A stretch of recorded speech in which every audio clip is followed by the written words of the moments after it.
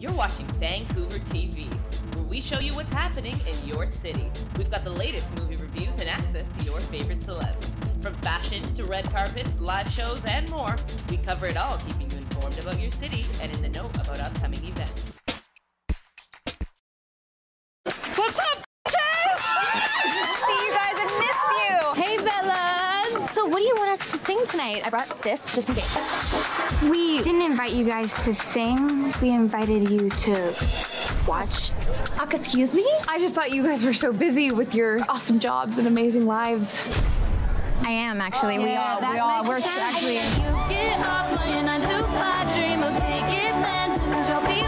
They're so bright and shiny. Still look pretty. They look like they was all breastfed. I would do anything to sing with you guys again. Every year, the USO puts on this performance to support the troops in Europe. One last show together. Who's with me? Yeah. Welcome to Spain, Bellas. So this is the first base. Will we be going to second base with you guys? That's a no from me, so. On the tour, we've got 3 bands. You guys just sing other people's songs, right? Like a cover band. They're trying to intimidate us. Let's just do what we do. A riff off. Running her hands through my fro, bouncing on 24s while they sing on the radio. So wake me up when it's all over. We like to keep it oral. Is it weird that everybody is better at the one thing that we do than we are at that thing? All right, ladies, pick up this. We're going to show them that we are not a joke. My record label wants to sign one of the bands, but we don't want the Bellas. We want you. What? I did not see this coming. They're family. We support each other. We're like sisters, Aubrey. It is Aubrey, isn't it? I can't. I'm part of a group. Becca, it's a big opportunity for you. Sometimes the clothes do not make the man. All we have to do now we can do take these lives and make them. You wish.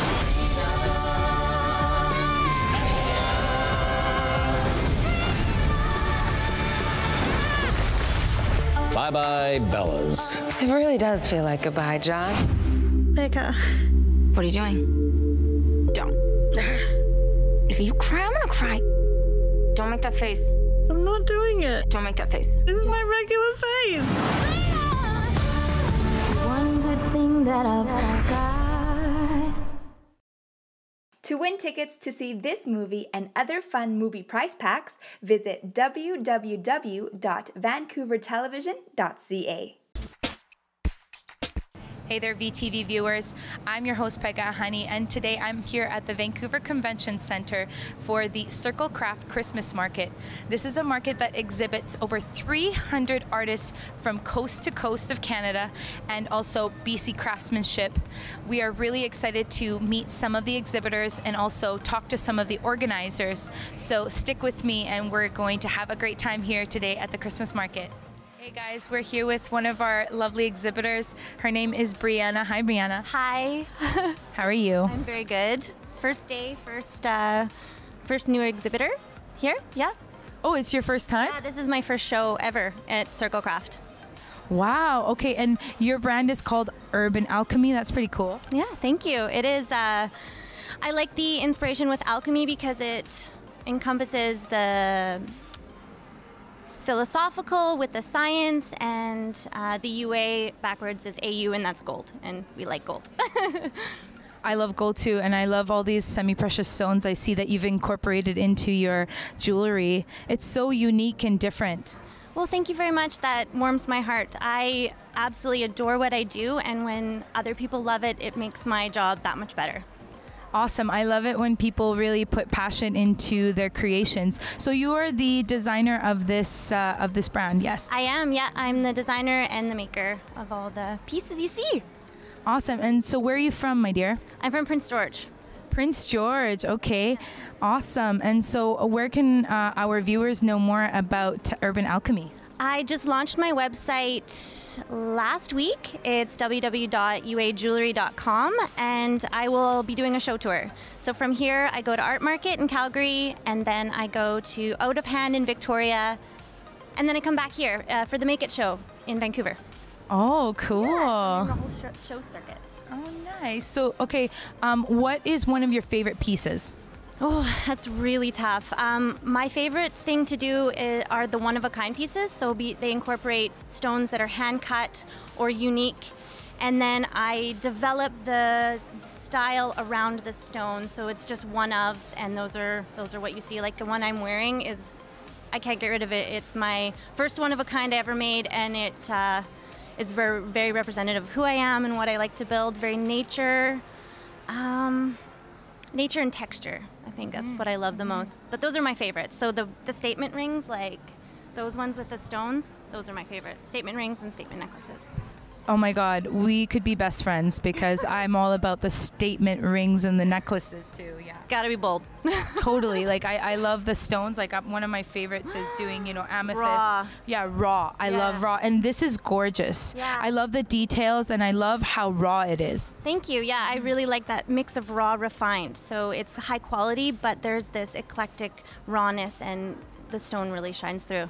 Yeah, this is amelite from Alberta. Amelite. Yeah. Oh my God. And because crystals also have healing properties, right? So it's important to wear those things. I think they do, and you have to feel it and think that it's working, or just putting it on. It's. Some people say it's spiritual, but hey, it's whatever you want. I think they have power. I like to put them on and feel the energy. Yeah. Yeah, definitely a conductor of energy for sure. Yeah. And you know, I'm gonna take a look at this stuff later when I'm not filming, because I'm seeing some things that I might have to take with me. I love this direct from the artist approach. So thank you so much for speaking to us, and good luck with your designs and your business. Yeah, thank you very much. So you guys know where to find Brianna, okay? Hey guys, I'm here with Jen, the designer of Fadoodle. Hi Jen. Hi. How are you? Pretty good so far. Good. So this is the first day at Circle Craft. Yes, it is. And is this your first time? No, I was here last year in the other area, which is for new people. So this is my second year. Oh, cool. And so, okay, tell us a little bit about Fadoodle. Looks interesting. So, yeah, so I make things mostly for the children's universe, I guess you could say. And a lot of the work that I do is story-based, so stuff that kids could play with and make up their own stories with, and also really appreciate things that are made out of natural materials. So I use wood like maple and birch, and I use organic cottons and wool felt and that kind of thing. And so I can show you something. Do you want to see? Sure. I'll show you, because it helps me explain a little bit of what I do. So this is a doll that I make. So I draw all the fabric patterns and then screen print it. So I'm a printmaker, and now I'm also a sewer and all sorts of things. So and when you take the doll, she has a secret identity. So when you flip her inside out, oh my God, she becomes a butterfly. So each one has a different secret identity. Oh, that is so innovative. Oh my God, that's beautiful. Thanks. I'm sure kids love that because they have such wild imaginations. And, yeah. Oh, she just turned her into a butterfly. Yeah. That's great. Doesn't get old. Yeah, it doesn't get old. No. For sure. So a lot of my work is, I think it's interesting. I didn't intend for this, but a lot of my work is inspired by the natural world. So, and I like to play with odd, slightly obscure things. But these are like the little necklaces that I'm making now too. They have like an owl on the one side, and then on the back it's wood burned. It says old soul. So they all have different little messages that you can, like this one is a wolf, and it says wild and free on the back. Wow. So they have just small messages. I have 2 daughters myself, and I think that this particular line that I'm doing now, it feels a little bit like a love letter to my daughters, because it tells a little bit about sort of the spirit that I see in them, kind of. So. Wow, I appreciate your creativity and the love and passion that you put into your design. Thanks very much. Thanks for talking to us, Jen. So if our viewers want to know more about Fadoodle, where can they go to find out? They can go to fadoodle.com. And I'm from Toronto, so that's where I'm located. But fadoodle.com is where I have all my stuff online. Yeah. Awesome. So thanks for coming all the way from Toronto. Thank you. It was good to have you. Thank you. Thanks a lot. Hi there, VTV. We're here with Rami. She is the maker and designer of Heart Song Flutes. And so nice to meet you. Nice to meet you too. So tell us a little bit about the inspiration behind your flutes and the design. They're a First Nation style flute. They were first introduced to me, by somebody that was First Nations, and I was just really inspired. I wanted to have my own business and started working on learning how to make them. My partner makes the whole family of string instruments, and so it wasn't that much of a stretch for me to say, teach me how to make these flutes. I think I can do flutes. And that was 12 years ago in Lake Cowichan, on the shores of Lake Cowichan. Is that where you live? Yeah, on Vancouver Island, yeah. Oh, wow. Okay, and I see that these are hand, carved and designed with different types of wood. All different kinds of wood. They're all equal in sound quality, but a softer wood like red cedar is going to give you a warmer, mellower sound. A harder wood like arbutus or cherry is going to give you a crisper, clear sound. So each flute has its own voice. Awesome. Can you demonstrate one of them? Anyone in particular? Let's see. Let's see. Okay, yeah, let's do the one you like.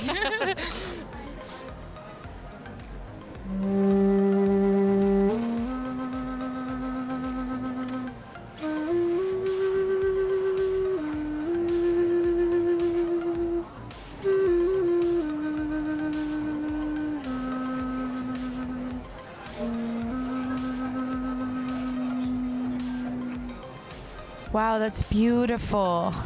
So fascinating. How creative. And then higher flutes are shorter, so that's the lowest and this is the highest.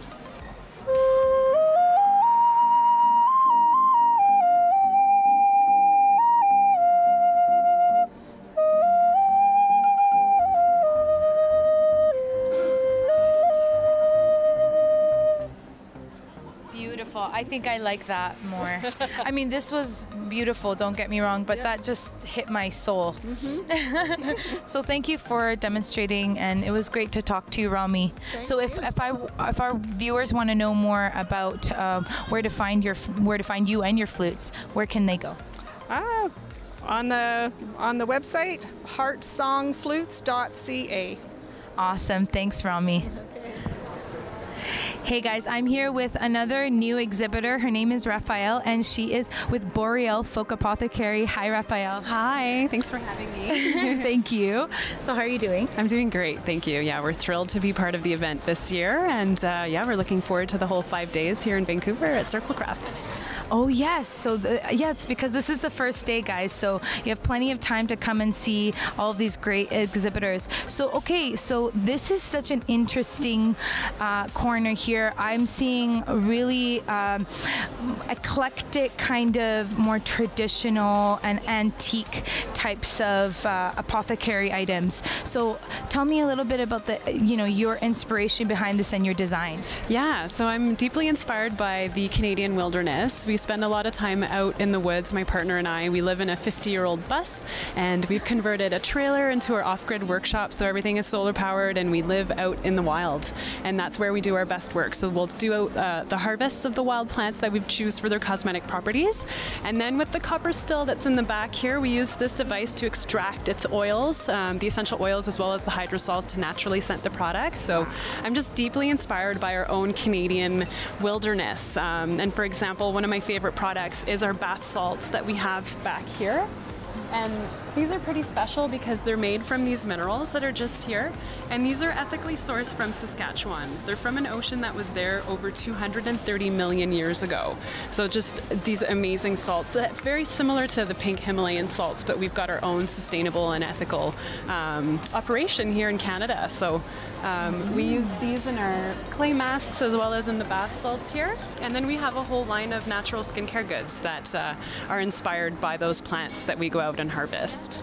That's so great, because I know, a lot of people here in Vancouver too, they're trying to go back to the roots, and they're trying to get more natural ways of aesthetic skincare and things like that with essential oils. Yeah, absolutely. For it to be more healing, Yeah, absolutely, yeah. So we use an organic base of oils as well as therapeutic grade essential oils, and then we'll use the different wild herbs that we harvest. So we just kind of blend that into our products. mix, and it's really, you pick one of our products up and it does really kind of remind you of the wilderness or a very natural environment, and they're great. Yeah, we love them.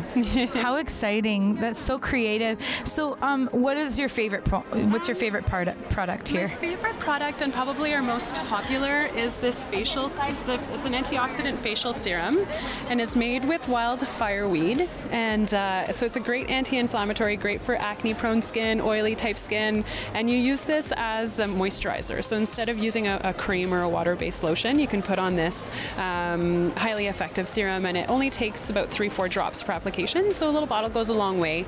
And yeah, it being an organic base of oils that are really quickly absorbing onto the skin, it's by far my best-selling product, and people love it just because of how light and non-greasy it is. Yeah.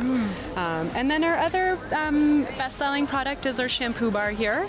This is a nettle and spearmint shampoo bar. So this people love because they can travel with... Smells like candy cane. Yeah, this product, it smells like spearmint, and it's made with some wild nettles that we handpicked throughout northern Alberta and on the island.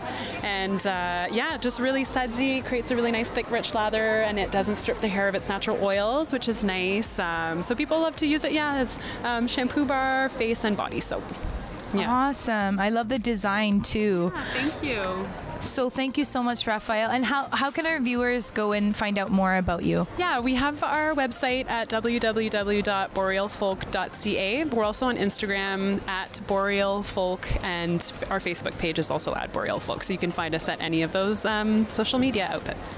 Hey guys, I'm having fun over here talking to Rosanne. She is the show coordinator. Hi, Rosanne. Hi, how are you? I'm doing great. How are you? Good, yeah. Awesome. I'm having a good time here. So how long have you been doing this as a show coordinator? I just thought about that, and I've been here for 6 years. Yeah, it's a long time. It feels like a long time, you know? Yeah. And it's still fun, eh? Yeah, I love it. I mean, it's a dream job in a way, isn't it? You get to organize a big craft fair, and all you do and all year long is talk about craft. It's pretty good. And you get to meet different artists all the time. Yeah, so actually we travel across the country checking out different craft shows and meeting people and seeing what the rest of the country's doing and encouraging them strongly to come back and visit us in Vancouver here. So this market presents 300 people from across the coast that we've gone and seen or who found us in their own way. Good Canadian selection. Yeah. Awesome. Yeah, coast to coast. And when we were talking to some of the exhibitors, some of them were literally just on the road all the time. Yeah, it's a crazy rodeo that I didn't know existed, happens in this country until I started doing this. And that rodeo is basically people will start in Vancouver. This is the first market of the country for the Christmas season. And then they go to Calgary and Toronto and then Montreal, and some go on to Halifax. So it's for them, this is day one of a 2-month process. Wow. Okay. So dedication to the arts. Yeah, absolutely. Yeah. Mm-hmm. And I was kind of reading up about Circle Craft. This has been around since 1972, this cooperative. So, you know, it's really bringing the community together to get that direct from the artist approach that you guys say. So, you know, what does that kind of mean to the community here? Well, yeah, they have been around for 45 years. And the interesting thing about Circle Craft is they're actually a co-op. So they've got a store on Granville Island. So they work all year to sort of support local artisans. And then once a year, they do this Canada-wide thing. And I feel like Circle Craft has become such a prominent feature in Vancouver. Everyone who was born and raised here knows about Circle Craft, and they know it's an annual event. And it is that one time a year where people sort of get to connect to people in their community, and they sort of puts craft in the forefront of people's minds, which I think is really important. Totally. Yeah, and it's great that you guys do this early in November so that, you know, you're getting really nice artisanal pieces instead of going to the mall and finding things that you're probably going to put in your closet for another year. Yeah, it's as someone who has in the past, I won't say how many years in the past, been liable to do that day before Christmas shopping, lining up with all the other people who are left it to the last minute, and you're there with purchases that you know you don't like, you know the person's not going to like, but literally just checks the box of I'm getting Christmas done for my uncle. This is a good time to get it started so you're not making purchases you feel weird about later or even as close as Boxing Day. So yeah, no, I think it's really good. And I love how it brings that interconnectedness and kind of allows for artists to showcase their artwork. It's so much more than just, you know, selling things. It's selling culture. It's not selling you know, material things. It's really just sharing culture. Yeah, absolutely. And people believe so strongly in what it is that they're making and what they're doing. They have to, because they spend all year sort of crafting these things. And craft, unlike other forms of work, is very, very skill-based. So if you want to get into a craft, you have to be dedicated, and you don't get good until year 5 of doing that craft, and then you get very good after year 15 of doing that craft. So you are so committed. You think all day about wool or whatever it is that your medium is. So when you're like helping, first of all, someone who's Canadian and local, which is, you know, good for our economy, but you're also giving people a reason to sort of continue on with that craft, which is a learned skill. So if we don't sort of support it, we will lose that as a culture, which is so devastating and so important to support. Yeah. Oh, definitely. It's such a important thing to carry on in history. And so, okay, Rosanne, what's your craft? That's an interesting question. I am actually a trained photographer, so that is what I work on. Yeah, and as I watch people knit and make things here, I know the work involved, and now I'm exclusively just supporting. You know, like I stick to photography because I know what it takes to knit a sweater, and I'm not going to do it. I'm going to let someone else with more patience and skill than me do it. Yeah, and that passion, right? You know, because when you have passion for your craft, it's easy. It's not work. Yeah. You know? Yeah, exactly. Yeah. Well, thank you so much for telling us more about this wonderful Christmas market. And where can well, I'm on the email list, guys, but where can our viewers know more about Circle Craft and the annual Christmas market? Our website is a good place. We're circlecraft.net. We also have an email list that you can get on at the website or here in person, and we will send you a very limited, restraint amount of notifications of when it's going on. Thank you so much, Rosanne. You're delightful. Of course, my pleasure. Hey guys, I'm here with Don. He is a trained glassblower and blacksmith, and he is the founder and creator of Wingnut Enterprises. Hi, Don. How are you? I'm good. How are you? I'm doing great. Thank you so much for joining us. Oh, I'm glad to do that. Awesome. So tell us a little bit about your artwork. For approximately 40 years, I have been combining blown glass and hand-forged ironwork into works of sculpture, mostly kinetic sculpture for outdoors. Wow. So, and then I noticed that you have incorporated light into your glass designs. Yeah, just recently in the last year or two, I've found a good source of LED lighting, and I love what light does with glass. So do I. Yeah, glass is special. It's unique. There's nothing like it. And when did you start this? Well, I started blowing glass in 1972. Wow. So I'm old. Okay, and so where did you get the inspiration from that? Inspiration's never been an issue. I always think of new things. I've got so many ideas that I never get them out. I think a lot of artists have that problem. Yeah, I agree. You know, I mean, if creativity is part of your being, you can't help it. So true. And, you know, when you can enjoy your own creativity this way, then, you know, it just makes it so much more worthwhile. Oh, definitely. You know, like, still after all this time, every day I get up and look forward to going to work. Awesome. That's what I like to hear. So thank you for giving that real, you know, that directly from your mind, from your artistry to the Circle Craft. Is this your first time here? No, this is the third year I've done it. Third year. And you're from Saskatchewan? Yes, I am. Okay. So you came all the way. I did. So you've been doing that for 3 years now? I did, yeah. And do you like doing that? Yeah, I like the show. It's a really good show. Yeah. Awesome. So, and you're going to be here until Sunday? Yep. every day. Excellent. So thank you so much for talking to us, Don. You're welcome. I'm going to take we're going to take a closer look at some of these creations here. Thanks, Don. Okay. Traditionally trained glass blowers, so we always were trained to formulate our own glass. And how do you do that? Can you kind of tell us in a simple way? Simple way is mixture of 22 chemicals and whatnot. Mix it, heat it up to 2200 degrees Fahrenheit, and wait about 48 hours, and you have glass. Excellent. And how do you incorporate the colors into there? The colors are all done with heavy metals. Like every metal has, it's like cobalt, selenium, gold, things like that. Like gold gives you gorgeous ruby colors, you know. So. Wow. So where can I want our viewers to be able to know where they can see your designs and your glass? Okay, the only way around here other than the show is I sell through Bouchard Gardens in Victoria. Okay, good. Awesome. Thank you so much. And what about the blacksmithing side of it? Yes. How do you incorporate that into your design? Well, I grew up, my father was a blacksmith, and I love working with metal, but I always figured the color didn't do much for me. It's just black. It's boring. And so I went to art school and studied glass blowing, and I love glass, but you're limited in size. So my concept was to combine the two of them.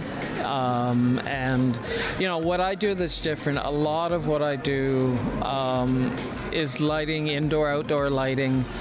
And I incorporate both the glass and the metal. I do outdoor kinetic sculptures that, you know, it's unusual to see glass outdoors that's meant to be outdoors. Okay, Vancouver television viewers, we've had such a great time today here at Circle Craft Christmas Market at the Vancouver Convention Centre. Such an inspiration to see all of these passionate artists hard at work and showcasing their craft. If you want to know more about Circle Craft Christmas Market, you can go to circlecraft.net. And my name is Pegah Ahani, and we'll see you next time on Vancouver television.